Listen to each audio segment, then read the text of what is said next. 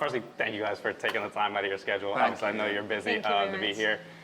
Pretty much, I think me and Javier last year had a quick conversation on the side, and that sparked my idea of like, it'd be great if we could record that, something similar, and you know, everything here is about getting the education in from abroad. Like, obviously we don't have all the professionals here, so when we have the opportunity to talk to the likes of you guys, it's just a great opportunity for us to capitalize on. So I just think it's important as strength and conditioning is growing here, and in the last 4 years, you know, that I've been here, I've just definitely seen an increase in it, so I just wanted to kind of get a little piece of your knowledge and everything and put that out to the world. So first, we just get started, your quick background, what you, where you've been, all that sort of stuff, and where you are now. Start, Elena. First of all, thank you very much for the invitation again. It's a pleasure for us to be here one more year. And yeah, this year it has been a very good season. I continue working in Real Madrid with this year with the under-19 team of Arbeloa's team, player and now coach. And it has been very good season because the players won the league, the Kings Cup and Super Cup. So very successful year. And they are very good generation. And apart from that, from the soccer, you know that I continue as head of medical services at Spanish Basketball Federation. And now, in this moment, we are preparing in the female team the Eurobasket. And then at the end of August, September, we have the World Cup for the male. So now we are working hard, preparing all this. And it has been my year this year. Sounds good. So, yeah, in terms of the background and where do we come from? Yeah. In my case, I studied sports sciences. In Spain, it's physical education, but now with the change of the programs, it's a sports science degree in the university in Spain. And then I did my PhD in sports science applied to football, like physiology applied to football. And since I was young, I started working in football, mainly fitness coach or strength and conditioning coach, and also as an assistant coach. And I work in semi-professionals and professional teams in Spain for around 10 years. Then I also, to complement, I did a degree in physiotherapy. And just this was around 2010. I had the chance to move to England to work for Manchester City. So I worked 2 seasons there in England, UK, with the Manchester City first team. And then I came back to Spain because I had the chance to work for Real Madrid, where I stayed for 9 years, 8 seasons.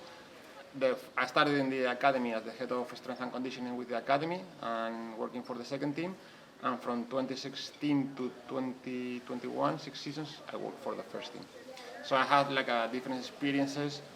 Most of my experience has been as a fitness coach, strength and conditioning coach, but always in my case applied to football. Yeah. So in Spain, because I know how it is, you know, in North America and a couple other, even the UK, but in Spain, like you said, your background obviously is a PhD, master's in sports science or physiology. Is that something that people need if they want to go into that role?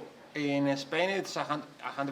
Yeah. Because in order to be qualified as a professional in any professional league in Spain in football, you need the degree in sports science. If not, you cannot work in that. So that was very important. I think this was done like 20 years ago, and I think it was like a good achievement from the first fitness coaches we had in Spain. There's a very powerful association, and all the clubs in Spain, professional football, you need to have a university degree. And is that something you start, so say you finish your degree, do a lot of people get into like an internship with a football club, kind of work their way up, or is it more just go straight into a full-time job? At the moment, it's difficult because at the current moment, there are many people studying. It's becoming very popular. The problem we have, like in the last 20 years, is we have the same number of professional teams in the leagues, and we have 10 times more students. So there is no so much space for everybody, and that's why there are, in the case of Spain, Portugal, European countries, there are many students going abroad to work as fitness coaches, not only in Europe, but Asia, China, Saudi Arabia, those emerging football countries. For example, in my case, I'm a doctor, a sports doctor, but in sports science, they are combined and studying both with physiotherapy or more masters to have more specialization to reach their objectives. Yeah, and that's one of the things that I think can and hopefully will change here is just getting obviously the education to know that that's a career path that somebody could take. Because even when I was going to school, you think physiotherapy or even if you want to go into sports medicine or something, but I didn't get exposed to any strength and conditioning as a real job until because I played in college in the States, and that's where I first got, and then did multiple internships, your degrees, masters, all that sort of stuff. Courses, congresses. Exactly. So it's not, just going and getting a quick certification and then working with high-level athletes or even youth athletes in that case. Also in Spain now at the moment, like when I started 20 years ago, it was only the role of fitness coach, the strength and conditioning coach. I think now in professional football in Europe and in Spain, almost all the teams, they have at least 2, 3, even 4 sports scientist degree related. You have people in charge of monitoring the training workloads with the GPS. You have people in charge of working in the gym with the players, more the strength part of the training. You have people related to the recovery or rehab of injuries. So there more specialized. Yeah, exactly. I think 20 years ago, there was just one pathway. And now it's open and there are more exactly. Last week I was in a course and we had a student that from Slovenia, and he asked me how can I can reach to be a medical doctor in a team, because he was just studied the master in training and sports nutrition, and he wanted to know how to. But I explained to him that maybe he can start in a local team or local club. Then, for example, in my case, I started in the Madrid local FA. And in these cases, and I told him that keep going to congresses and this type and meet people too. Exactly. Yeah, networking is a big part of it as well. Yeah, exactly. So I guess starting from, we'll go strength and conditioning side first, but actually medical as well. So youth level, so coming into say Madrid's academy or something, are there any assessments like an FMS, this, that, that you guys are doing, and what are you kind of getting from those as far as the players are concerned? From the fitness point of view, there are not so much, let's say, physical tests to enter the academy, but once you are in, I think at the moment the most important thing is assess the movement quality of the players. That's the thing. I think we've changed the mentality in the last 10, 15 years from going to quantity. At the beginning it was more like endurance test, Cooper test, Kuznavet, Yo-Yo test, and now people are going into another direction, into move into quality test. How do you move? How do you land? Change of directions. Exactly. So I think there's a change of mentality in the way the fitness is conceived in football, and also in the way the players are tested. Yeah, exactly. Is there anything on the medical? In my case, I think that now we are more specialized too, because years ago, in a club there weren't either doctors or physiotherapists just giving people massage or massages. And so now I think that we are built in different clubs as complete structure of it, and I think that now we have more importance inside the relation, for example, with the coach too, because he asks us how, apart from the physical coach, of course, but with he always, for example, in my case, ask my opinion of the players, and for example, after an injury or during the training sessions, to see if it's up to or not to play, for example, for the weekend. And in some of the, I guess testing probably isn't the right word, even for just looking at mechanics and stuff, but is that something you're looking at just when they're, say, warming up or going through a strength session or any sort of session with the players, or is that something you're directly, having an altitude drop and seeing how they're landing, or teaching them? One of the major changes when I first started working for Real Madrid was 2013. From the under 13s to the lower players, or younger players, from under 13 to younger, there were no fitness coaches at all. So the warm-up there was a coach and assistant coach. Yeah. So the warm-up was carried out, and it was everything football-based. Mm-hmm. Then in that year, we started to introduce fitness coaches from under 13 to under 9s. And then, like 5-6 years ago, we introduced a specialized fitness coach or conditioning coach who is more only related to movement quality. Mm-hmm. So there's one coach Yeah. only, and he started working with the under 6, which are the younger players in the academy, only focused on running technique, on movement behavior, all these kind of movement patterns, learning. So I think that's a very important change in the mentality. Training culture, no? We say. Culture, yeah, exactly. Because now I think that they, as Javier says, apart from the warm-up, or for example, we work with our physios and physical and rehab coaches. With at the beginning of the season, we make different biomechanic tests and different medical tests, and we detect asymmetries, etc. That we can work as preventive works, as preventive exercises before the training session. So I think that now we can. 10 years ago, there was nothing of it. Nothing. Yeah. There were no physios for the lower. I mean, lower levels. Under 13. And below, There was nothing. No fitness coaches, no physiotherapists, no doctor, and now there is a whole setup, and they are treated similarly as the. Have you kind of seen it over the last 10 years? The players that would have been under 13s 10 years ago have kind of there has been a difference in their movement. Athletes. Yeah, I think it's in all the countries, not only Spain, but UK. Yeah. People are paying more attention to the academy players and the way that you are developing athletes, but not only focusing on that moment, but on a long-term development of the players. Because in January I was actually in Vienna at a LTAD conference with Des Ryan and Mike Young and some of those guys, and they were kind of saying the same thing as far as their implementations. Obviously, Des was at Arsenal and all that, but it was pretty fascinating to see the changes.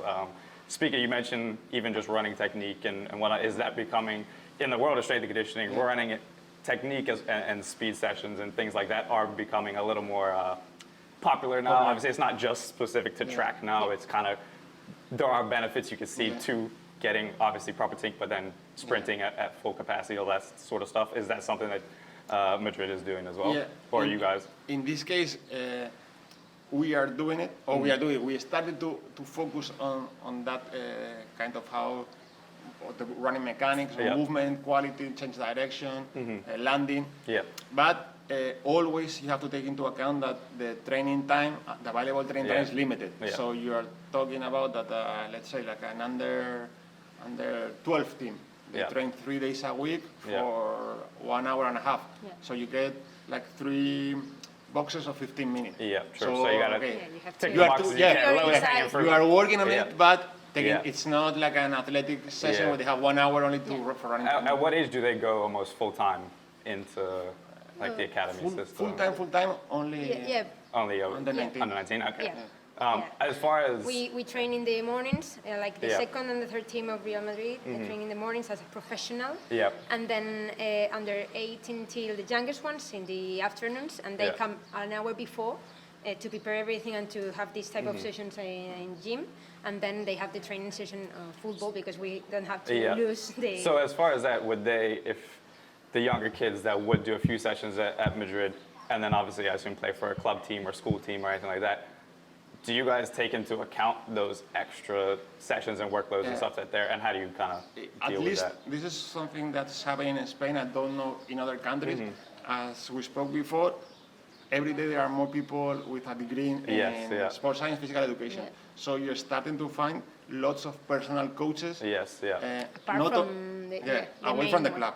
So you find not only let's say not only physical coaches, but also technical coaches. Technical, so same in basketball and other things, So you find like technical players going on a Sunday morning with a technical coach to work on the passing, on drills. And you find players that they can go, not so young, but they go to... And goalkeepers too. Goalkeepers, So there's one of the most important changes is the mentality of the people. Like 10 years or 15 years ago, the players just, I play football and I go home. And now, since they are very young, they have this mentality of working hard and not only from, it's not only the, let's say, it doesn't come only from the players, it comes from the environment, the agents, the parents, let's say, All the people are, environmental. the mentality of the players is much more professional, even if they are under 14s, under 15s. How have you seen with, so as far as the younger kids and kind of just overuse or growing injuries, so Ashkelschlatter, severs, all those sort of things. Sever. How are you, one, addressing and dealing with those, and is it something that the club has to take into consideration as far as their overall workload and what they're doing? There are moments where they are growing up that we Exactly. find this, and it's part of the development of the players. So it's true that we find this type of or sever and apophysitis, all this type, while they are growing up, and then we have to work. For example, in this case of the sever, sometimes they have overloaded calves, for example, or so we have to treat this type of pathologies because you will find it for sure. Sometimes before, sometimes later, because it depends on the maturation of the player. But do you guys also use any sort of like growth maturation charts or biobanding, anything like that? Sometimes it depends of the position too. For example, in goalkeepers or defenders, that we have to make the X-ray in the wrist. Yes. Okay. Yeah. And we check the ossification and the. You can predict more or less. Yes. Okay? Predict. Sometimes it's not it's not. sure. Yeah. But if you predict with this type of test, and you know too the height of the parents too, of this, you can make a prediction. Yeah. Exactly. And then this is the way that we work, and well, there is. I think this not only going into the question, but as you said before, I think there's something very important in this area, which is related to the philosophy of how you approach the training with the young players. And I think football clubs, because I've been talking to people all around the world, they are going into an early specialization too early, very early. Yes, yeah. And I think they should be changing the approach and go more general. Show them players how to run, how to land, how to jump, different movement patterns, and then go into football. Beginning. Because if you go too early into football, okay, you get high performance very soon, but at the same time, your performance is gonna. And of course, we find more injuries because they are practicing more time, more hours. So. The amount of injuries example, in the academy. ACLs, for example, that is the worst one. I think. And even what I've found is for some of those sports that they do specialize on, even like swimmers, for instance, or anyone else. When you're dealing almost with parents, it's like parents want everything to be as sport specific as possible in the gym. Sport specific. This sounds like, they're 12 or 13. Like sometimes we need to tick the boxes in the gym that they're not doing out there. So it may look completely different. Yeah, and I think that it's very important to have a good and serious message to the parents too. Oh, for sure. That they have to trust in the club for sure, because they have their structure. Of course, if they want to improve something specific, it's okay to have it outside. But I think that they have to have fun too, because sometimes the kids suffer too. I think it's a problem of education of the people around the sport. Because with under 20, I mean with the young players, under 10, under 11, they are training with the team. Football specific training, which is very specific and very demanding in certain parts of the body, and when they finish, they go to doing extra technical work, which is more demanding in growing players, in structures that are not developed, correctly developed because of their age, and they're increasing the load in the same tissues. Exactly. And that is generating lots of injuries. Exactly. So people are reinforcing the same injuries. And if you get the injury profile of the academies, you see that some injuries are very common in players which never had injuries at 10, 11, 12 years old. So and there's even like they think they're okay because they're 11, 12, and then they do get older, and then things start to hit the wall, and then it's...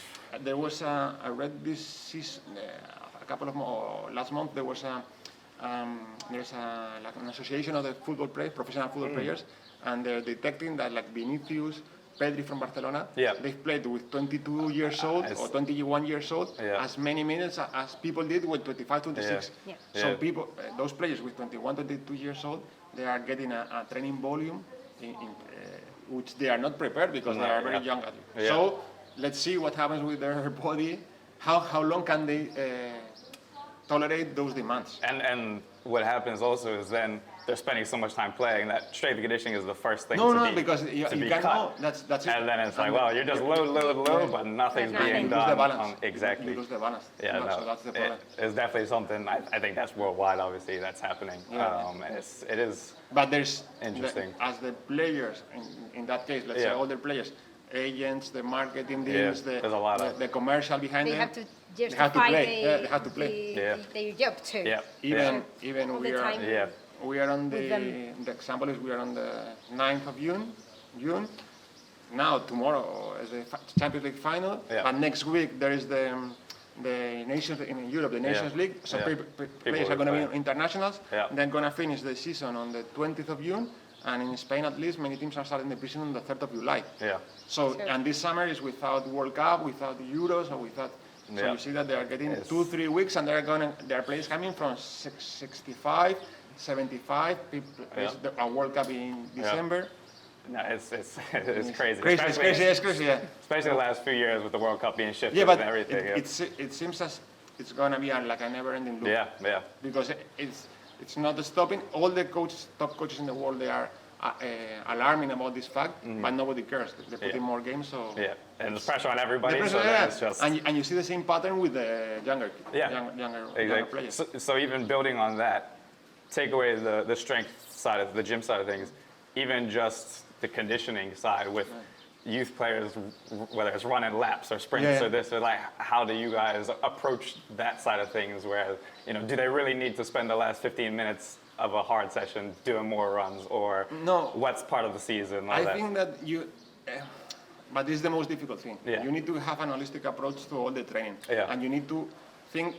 But that's sometimes you have your ideas as let's say a strength and conditioning coach, but there is also the club philosophy. Because you as a strength and conditioning coach can say, okay, I want this player to be unloaded in this part of the week, or in this week, in this month. But then the club has a different idea because they play an important game where they have to win the under 14, because for the club winning the under 14 league is very important. Huge. And for the coach, and you can tell the coach not to put this player, but he wants to. So it's not so easy, unless I think the most important is that the sporting director or the academy director has the ideas very clear.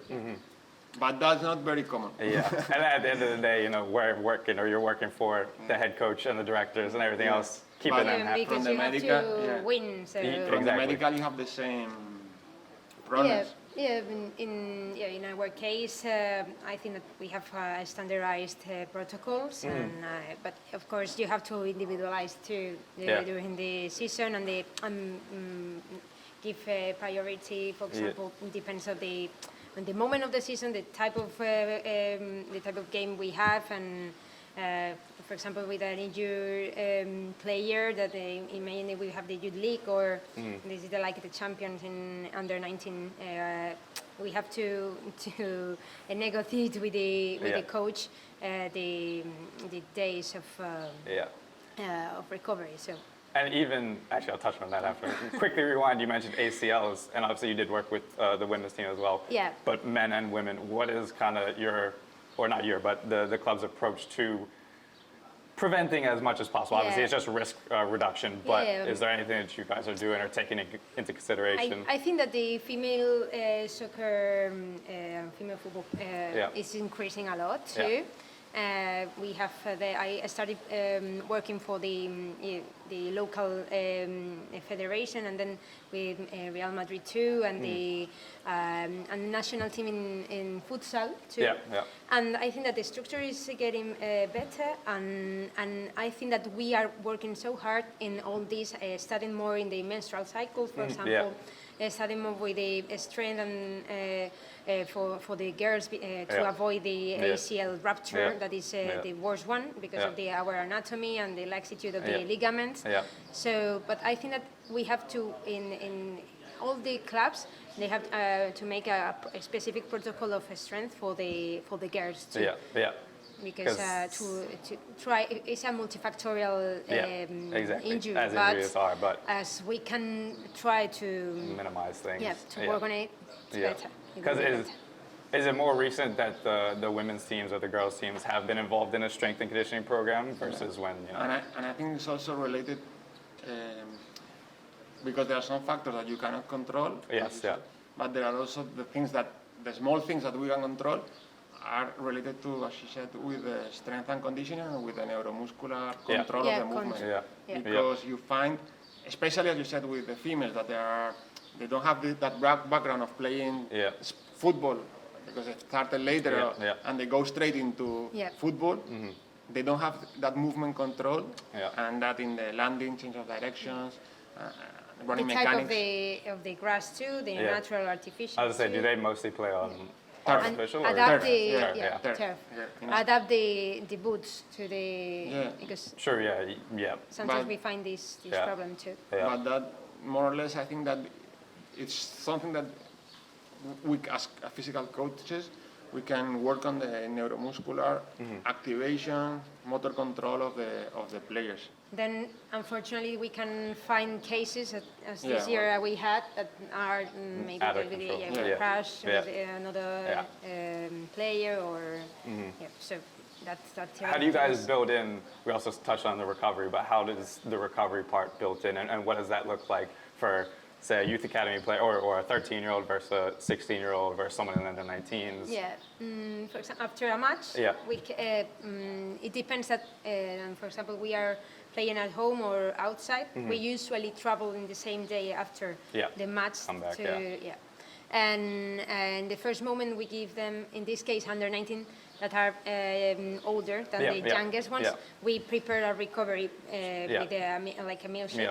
But it's true that what I always say is that the most important thing is the good diet, not only the artificial things, but it's true that when we have a lot of games in a week, or at least two, or we have to try to recover as soon as possible. So we use this type of recoveries, and they sleep good too. But sometimes it's difficult, or maybe because of the result, or because that you are reading the news, or looking at what someone has commented on you, or these things.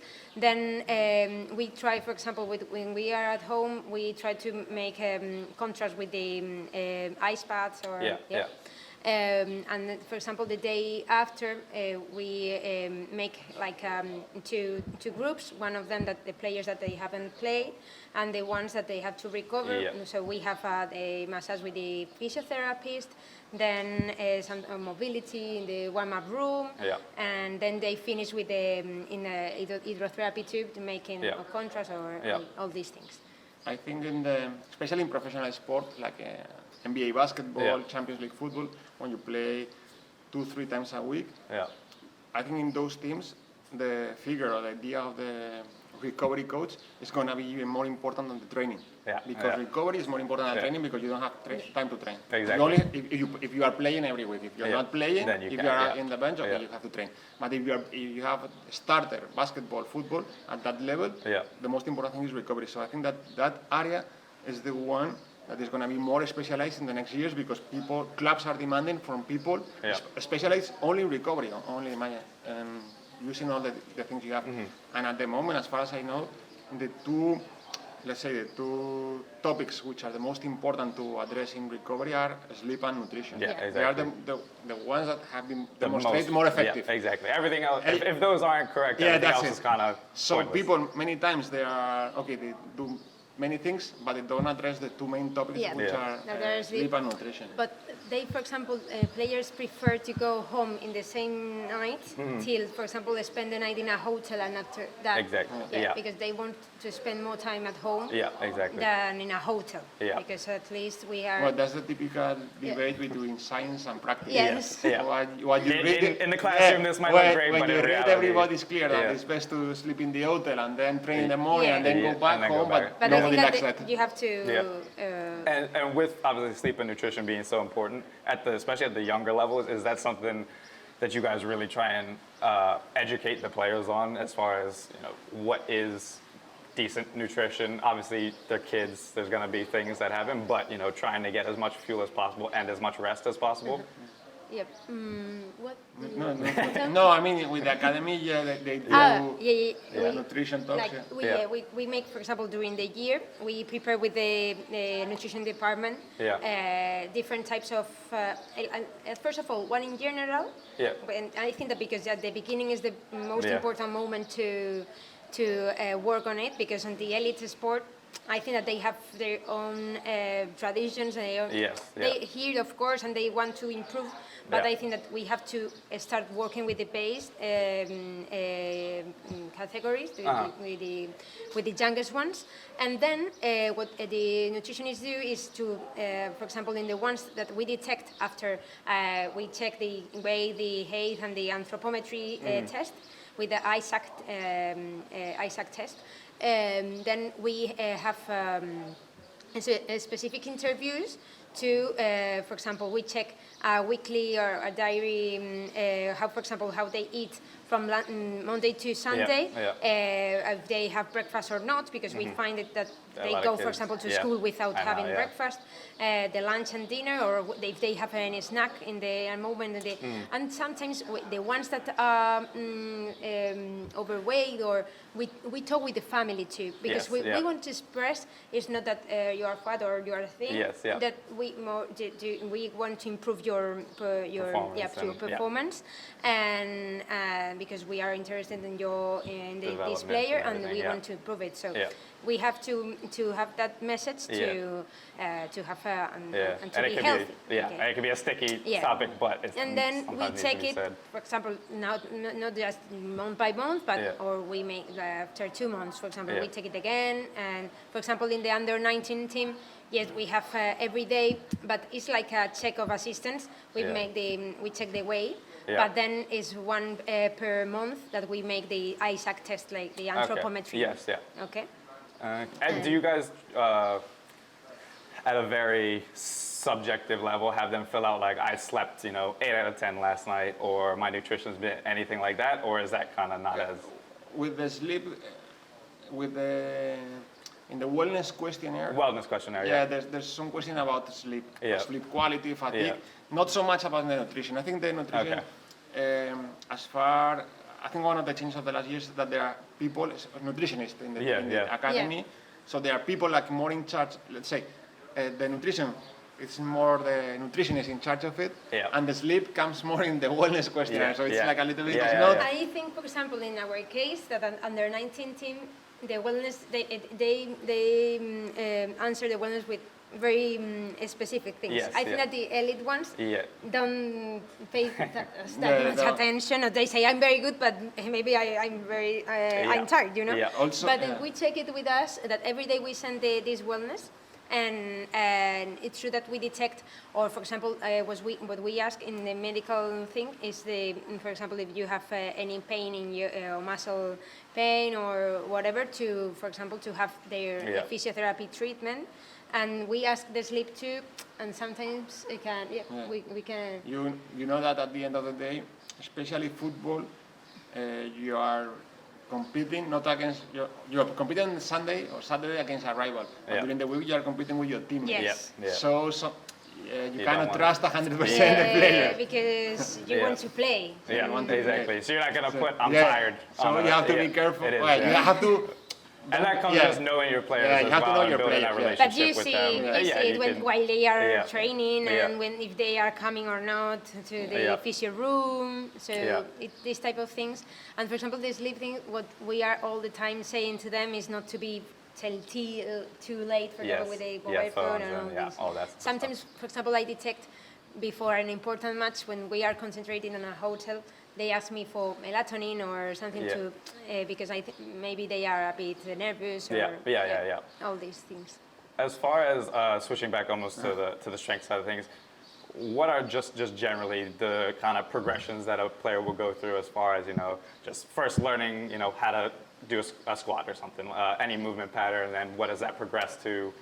No, I think that the main exercise, since they are very young, let's say under 10 and under 11s, they start learning the squatting mechanics, get into the position, get an ankle mobility, get mobility, enable to squat, learn the deadlift, and we started working just knowing the basic Olympic lift. Yeah. Jerk, but very easy. Snatch a clean, yeah, like a snatch, hang, yeah, yeah. but Yeah. without load. Just Yes, learning yeah. or Like learning a parts wooden of the dowel movement. or something, And yeah. then, from once they are under 14 or under 15, Yeah. or they're after the maturity of Yeah, it, yeah. they start working with the same movements, but Oh, just loading, yeah. Yeah. Got you.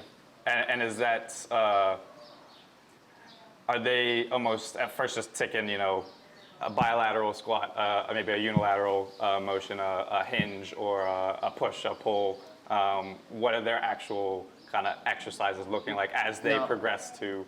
At the beginning, they're working more bilateral. But Yeah, sorry, as they progress, yeah, the as they older progress, kids, no, yeah. it's, everything is unilateral. Most of the, most of it, yeah. 70% of the program, Bulgarian split squat, Yeah. single leg deadlift. Yeah. There are a couple of main exercises, and then you always have, as a, let's say, as a fitness coach, the way you organize your session. Yeah. It's not that. I don't believe that there should be like a closed program that every coach should follow. Yeah. I think you are, as a fitness coach, you have to have the responsibility to be able to change your strength program dependent on your week, on the games you Exactly, play. yeah. Because in let's say in the Spanish schedule, it's not so fixed. So sometimes you play Saturday, sometimes you play Sunday, next time you play, and especially like in the big academies, you have midweek tournaments. For example, we had the semi-final and the final of the Kings Cup. Yeah. The week before, on that Sunday, we had the season, and then the match of the league, and then imagine if we have the final of the Kings Cup on Sunday, then on Monday we traveled to Amsterdam to have another round of the youth league, the champions. So you have to we have everything. use, especially with the strength and conditioning, strength in the gym, a very individualized, personalized approach. Yeah. And also, you have another problem that is in football, which is quite common. That is, okay, you can teach your players since they are young, but in this kind of academies, or you get many players into the system when they are older. And you come, I don't know, you get a player from, he comes with under 16 that has never never squatted. done it, yeah. Or the opposite, you have a player with a perfect squatting technique because in their I don't know, in their club they were squatting. It's not normal, but it. Yeah. Yeah. But you have always different type have, of levels you have and- to always keep adapting the level and try to introduce the players into your system. But that's even something, even working with some of the national teams, players are all over the place in different academies. Yeah. The ones who say are playing in college in the States are, perfectly good to go. Others have never really done much of it. So one of the things that I've seen, like especially with the strength, because with endurance, it's more more or less the same. More one-way Yeah. direction. But with the strength, you have very different philosophies. Yeah. You have like people working on Olympic lifts, people working now with iso inertial rotational devices, people working with functional strength, people working with the strength velocity curve. So you get different profiles of coaches. How do you guys approach that? Is it you just stick to your philosophy, whatever won the club, but to you as a strength coach, or is it mixed I depending have on a the mixed player? opinion. I have a mixed opinion. Yeah. I try to get a little bit from everybody The best thing and, of each and one. try to adapt the program. But in these cases, when you're in academy, we don't work with very heavy loads because it's very difficult To monitor, in one, you don't have time because you have so many games. Yeah. And secondly, not all the players are able, so that's why you individualize. You can have players who, with experience lifting, that they can go with heavy loads, but you have to, there can be other players in the same team with lower. And you just have to kind of adapt to that because again, on paper it might be one thing, but you get it in the gym and there's also, there are not other academies working, which I think is a good idea, especially when they are younger, related to the peak height velocity, the age, as you said, especially when they are from 13, 14 to 16. That age groups, you have to be careful because you can have in an under 15s early mature players with late mature players. Got so you. You have to be careful. I want to keep your time, so only a couple more questions. I think you kind of touched on it as well, and just goes back to philosophies and stuff. What was the biggest difference that you found, obviously, with Man City, and then going back to Spain, so the UK versus the Spanish side of things? Especially was, as you said, related to the strength. In the UK, players are more used to do isolated conditioning. And it's the same as basketball, because in basketball it's the same. Even in Spain, professional basketball, and basketball and UK players, they are used to do one strength and conditioning session, only go to the gym, okay? 1 hour in the gym. Yeah. In Spain, if you go to the gym, you have to go to the field. Yeah. Players don't understand doing A mixture. It's different. doing yeah, only separate, in the gym. Yeah. You have to do something, but okay, but then You we go have to out, do football. yeah. And that thing in England, they tolerate it. Yeah. So That is always something because it is different, hearing obviously the European side of things, the UK, obviously North American, it's all slightly different in how they work but you things can and find approaches. in Spain, for example, you can find like top teams or elite teams Yeah. that in their academy setup, they don't have a big gym. They have Yeah. a very, very small Yeah. facility. Yeah, So you cannot put, let's say, a whole team into the gym because they don't have it. yeah. So exactly. you have to adapt what you have in your environment. Got you. And so you touched on it, even as far as in Spain, if they're doing something in the gym, they're used to going out on the field. Yeah.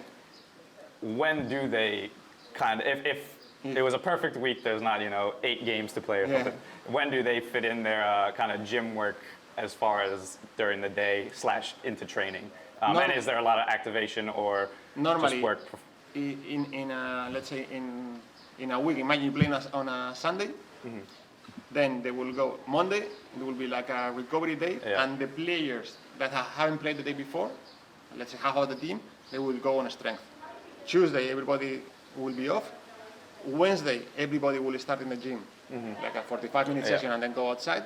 And then probably you put like another small piece of strength training Friday morning, Gotcha. 20 minutes. So the players, if you haven't played, you will have one Monday, Wednesday, Friday. If you played on the Sunday, you will have Wednesday and Friday, more or less. Got you. And then last thing, Yeah. just want to quickly touch on, how important do you think, and how do you view kind of the softer skills of working with, obviously youth players, but in academies as a strength coach, medical professional, because you need to build these relationships with people.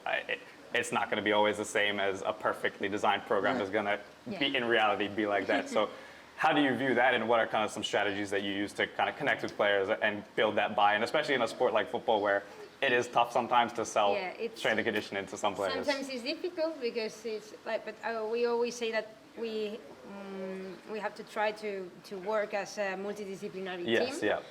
Of course, each type of professionals can have their own opinion or their own idea, as Javier said before.